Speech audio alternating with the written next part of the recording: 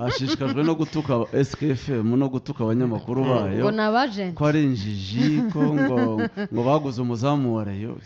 ivyo bintu bihuriye ariko ntabwo ari umuvugizi w'abafana ba APR aho ndajurira nta bafana ba APR bemera ko uriya mugabo ari umuvugizi wabo ubuyobozi bwa APR buramugarama ariko niyo twakiriye hano yaje nk'umuvugizi ko yaje sakazana n'umuvugizi w'ikipe ntabwo ariko yoherejwe n'ubuyobozi ntabwo yizanye Lorenzo ntabwo yizanye kameme ntabwo umuvugizi w'ikipe wemewe biriya ntabwo namutaho barazanye ntabwo ari ku rwego ntabwo bahuriye mu muhanda ariko nyine message namuhaye kare message namuhaye yamugezeho yarayumvishe kandi nubwo yatinda arashya amaguru agatinda kuyumva arayumva kandi twe gusa twayimuhaye ntabwo ari twe gusa twayimuhaye si umuntu ufite ubushobozi bwo kuvuga mu mupira bwo kuvugira kuri mikoro avuga ibintu by'umupira ntabyo azi icyazi ni ugutukana kandi ntabwo umupira ari uw'abashumba umupira ni uw'abakunzi ba ruhago abantu bari moderne bajijutse ntabwo ajijutse bihagije ku buryo yavuga ngo abanyamupira bamwumve ntibamwumvira ntibamwubaha ntiyabe influencer umusaruro wo ku cyumweru twarawubonye period urumva hari urarwana na facts hari conspiracy ihari ya buriya iyo urebye kuko gifite message ya chairman we amuhakana vuga ati umuvugizi wa APR ni Tony Kabanda ni message yejo umuvugizi w'abafana muyishaka nayishyira hano kuri YouTube yishyireho umuvugizi w'abafana ni Jangwani si igisubizo se kiri officiel cyavuye kuri nyiracyo nyirabyo mu cropping nimero gusa gicimaka rwose nimero amazina umuvugizi wa APR ni Tony Kabanda umuvugizi w'abafana bakunda kumwita Jangwani niko yanditse message urumva umuvugizi w'abafana bakunda kumwita Jangwani uvuga ntabwo tumuzi abantu badahawe kaze batazi kuvuga ibintu amazina yenyayo Jangwani yitwa Mugisha Frank yitwa Mugisha Frank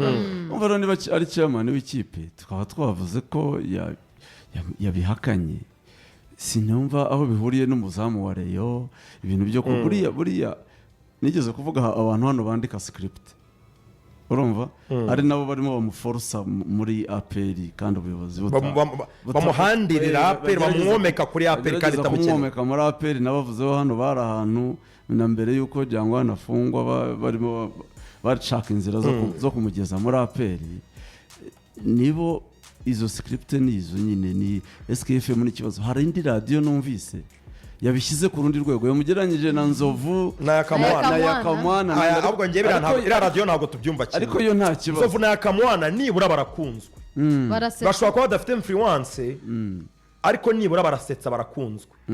ntibakwe influence batanze urugero ngo Robben yatanze urugero ngo Yakamwana ngo ntabwo yakurangira iduka ujye kurihahiramo ngo urihindire ujye kurihahiramo ariko barasetsa ariko nibura barasekeje na uriya si n'ukintu na kivuga gisekeje ariko nanone bamurowarinze cyane nayo bitutsi woroherwa no guhubagura ibitutsi gusa nta kintu na kimwe afite cyo kubwira abanyarwanda bamurowarinze cyane none kumujyanye na komedie aho ngaho ukabye komedie se none sereka nkubaza Yakamwana ntavugwa Yakamwana Nzovu ntibarebwa iyo bavuze YouTube ntubona hahiye uriya muntu mbwira ikintu yavuga ukabona cyagize views nyinshi kuri YouTube mbwira ikintu yavuga abanyarwanda ukabona barasetse barishimye Nzovu anyura munsi y'intuza muri stade bashaka kumufata basekirite arigendera ngewe hari umuntu nanyibukije uyu mugabo ntashaka no gusubiramo izina rye yigeze kujya muri Musanze FC ya Trump akiyoboye Musanze aho bagurika ibintu nka biriya biri aho ngaho kwigirana yuwa nta kintu na kimwe arimo kumufasha Trump ararakara habuze gatunga mukubitire muri stade rwose habuze gatunga mukubitire muri stade Trump niba natwumva yanabyandika akabitubwira niba menya imbaraga zawe uko zingana genda ukureshya nibyo birashoboka ko hari ikintu wafasha umupira mu gikari gushaka abakinnyi n'ibindi ariko niba abantu bose bakubwira ko kujya kuvugira kuri mikoro ngo urimo uravugira APR bitari ku rwego rwawe uravuga ibintu bibishye uratukana like uragressa ubu uravuga ama insults uravuga ibitutsi gusa nta kintu na kimwe kiri reasonable ushobora gukura mu kanwa kawe niba aho hantu bakubwiye ko hafite intege nke zibukira berereka nta muntu ushobora byose cyangwa none se umuntu najya kugurisha abakinnyi ntabyo nzi nari mugoroba umuntu wanyandikiye ambwira ati umwana wanjye afite impano wamushakiye ikipe mbasubiza ikintu kimwe abantu bose banyandikira bambwira ngo bafite abakinnyi n'abaja bo muri West Africa banyandikira ngo bahuze n'abaperezida b'amakipe nta na perezida w'ikipe ndatanga nimero ye ndabwira ngo njyewe ndi umunyamakuru gusa ibyo sindibamo uzi impamvu ntabwo ari ibintu byanjye ntabwo nzi gukora ama networking n'abantu bacuruza abakinnyi mbigira backfire iri hejuru siyo mpano yanjye Karenzi dukorana hano genda uko imbaraga zawe zingana wazanye umuzamu wa Rayon Sport twabimenye akose bure niwe wamuzanye ubusa yari yamuzanye akaba yaratangiye kumutera imishugujugu ati ko nta kintu kirimo urumva buriya ibyo gufungwa byavuyeho hagomba kuza abakinnyi ba Rayon ko ari Karenzi wabaguze barabona iminsi yabajyanye for your information Rayon aho bigeze ubu ngubu nduyifasha ahubwo nayitera inkunga mu kugura umukinnyi ntago nayigurira umukinnyi stade se nibabonyemo amafaranga kare sinayigurira umukinnyi nta bushobozi ifite bwo kugura umukinnyi ufatika ku buryo uwamuguze nawe yabikiriramo sibyo donc n'ababagura bararengana niba bikunda cyangwa bikanga nibwo bushobozi reyifite Bingi Bero ntiyaguzwe miliyoni 40 ni ukuvuga ngo anaguciye mu ijambo aya si amafoto ya Songa Mbere na Kabange babyukiye muri Radio Rwanda niyo bari gukora ubukangurambaga bw'abafana kubakwangurira kuza muri stade dore ni post ya Radio Rwanda baravuga ngo abahagarariye abafana ba PRFC bijeje ko imikino y'inkera y'abahizi izitabirwa n'abantu benshi barimo abakunzi b'ikipe aba AS Kigali Polisi ndetse na Azamu byagarutsweho na Munyarubuga François uzwi nka Songa Mbere ndetse na Sam Friend uzwi ku izina rya Kabange oyaje naje mbumva mu modoka ubushize aho byabaye ngombwa ko haza uhagarariye ikipe umuvugizi w'ikipe haje Tony Kabanda ubu ngubu rero aho biri ngombwa ko hagenda abahagarariye abafana harimo haragenda Kabange na Songa Mbere kubera ko Jangwana adahari nta muvugizi w'abafana uri abo bantu bandi izo imposters muravuga as who sent you none se ahubwo kuki atasubiye kugira ngo ajye gukora ubundi bukangurambaga nta kintu wakumvamo who sent you ariko buriya hari ikintu gihari njye nagutaho umwanya nzi ngo ni ikipe yagutumye kujya gutuka abanyamakuru aho rwose kare sinkubeshye ari ikipe yagutumye kuza gutuka abanyamakuru buriya ntibizagutunga aho byaba case ariko niba wumvise super manager ibintu avuga uzumvirize neza ibyagiye bitambuka uzumva hari ahandi wumvise ibisa nabyo buriya igihari kibwirwa abantu bose kibwirwa n'abayobozi hirya no hino nuko nta muntu ukora kuri SKFM ugira igitekerezo cye burya ni Karenzi ngo dukora mu ibabwira ibyo bari buvuge donc n'abana bavuga ko ari wo nk'ibitekerezo buriya rikari ni Karenzi umubwira tuvuga ibi kugira ngo we ntibimuturukeho buriya niwe brifinga Kazungu ni uburifinga Rore donc nta muntu uba hano ugira igitekerezo cye baravuga ko nanjye mu bitekerezo urabindusha se urusha ibitekerezo ngo narakaye ngiye nshobora gutanga ibitekerezo amasaha 24 kuri 28 ibyo yavuze nyine wowe wumvise ibyo super manager yavuze ntabyo bishaka ko biriya uribwira se ko biturutse mu kirere yavuze ngo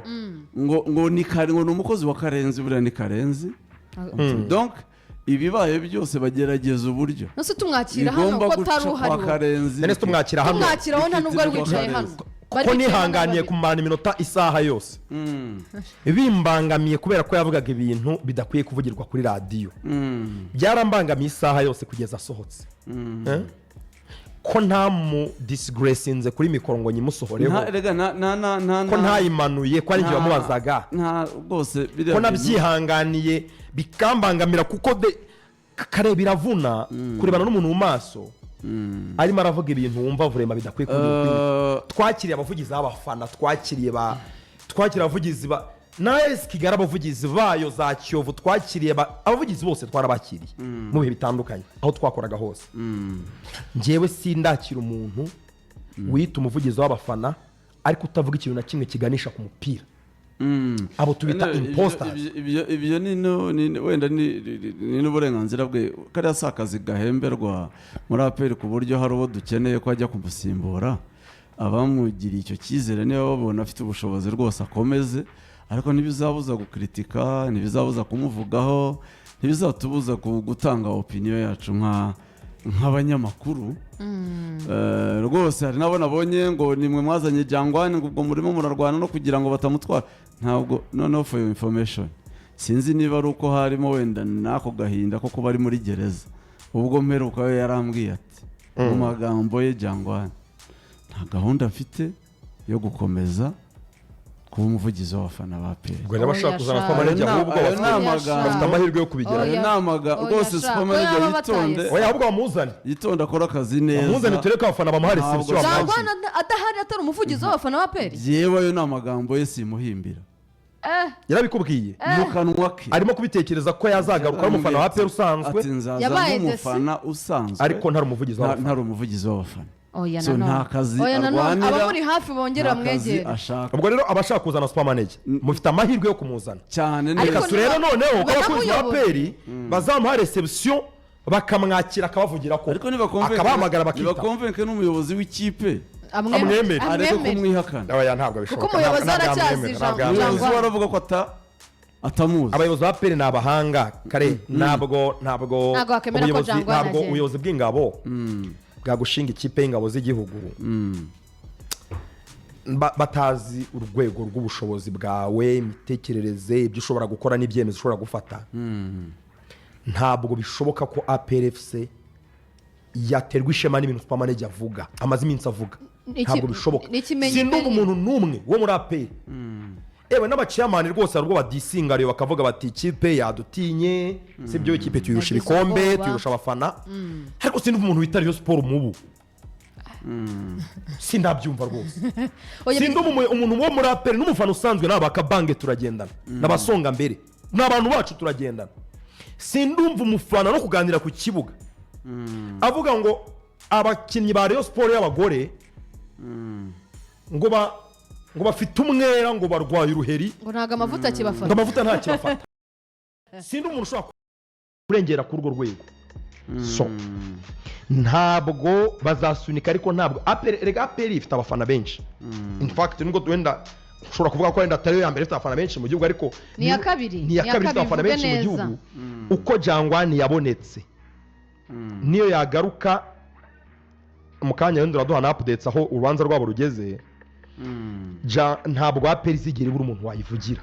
Mbere ya Jangwani hari Emile Karinda. Nubwo wenda wavuga ko urwego rwa Jangwani rwaje rurenze urwa Emile Karinda, ariko igihe yari ahari Jangwani atazwi yarayivugiraga, ibintu bikaryoha kandi abafana bakaza. Yamaze muri igihe kirekire. Na nyuma ya Jangwani APR ntiziburamo umuntu uyifana, ujya ku kibuga utewishema no kwambara jezi yayo, uyikunda bya nyabyo, uzi icyo kuvuga n'icyo kutavuga uyivugira. Ntabwo APR ikipe y'ingabo z'igihugu yakwisanisha n'ibintu bitameshe byanduye bisa nabi. Uko byagenda kose